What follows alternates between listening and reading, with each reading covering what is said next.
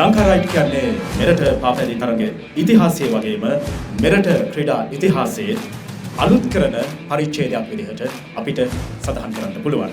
Kilometre 450ක් ගාවට යුතුරු දුරේදුරු ලංකාවේ පළාත් පහක් ආවරණය කර ලැබුවා මේ පාපැදි සවාරියේ තරණය තුලින්. ලංකාරයිට් දශක දෙකකට වඩා වැඩි කාලයකට පස්සේ මේ සංවිධානය කිරීම සම්බන්ධව විශේෂයෙන්ම ස්තුතිවන්ත වෙනවා ක්‍රීඩා අමාත්‍යාංශයට මෙවැනි කර්තව්‍යයක් නැවත හඳුන්වා දීම සම්බන්ධව. ලබන අවුරුද්දේ මීටත් වඩා විශාල ලෝකයේ පුරා නමයන් පුළුවන් ජාත්‍යන්තර පාපැදි තරඟකරුවන් පවා සම්බන්ධ කර ගනිමින් අපි මේ තරඟය ඉදිරියට කරනවා. ලංකාවේ ප්‍රධානම බයිසිකල් ධාවන තරඟය ඊට අමාත්‍යාංශයෙන් කරන බයිසිකල් ධාවන තරඟය බවට පත් කරනවා.